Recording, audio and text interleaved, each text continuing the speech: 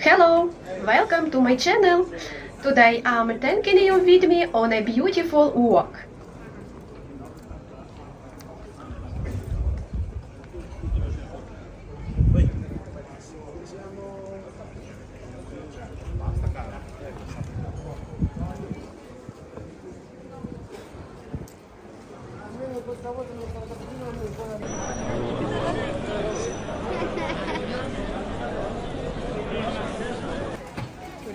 Cosa che facevano l'albero, sì, stavano fucilati.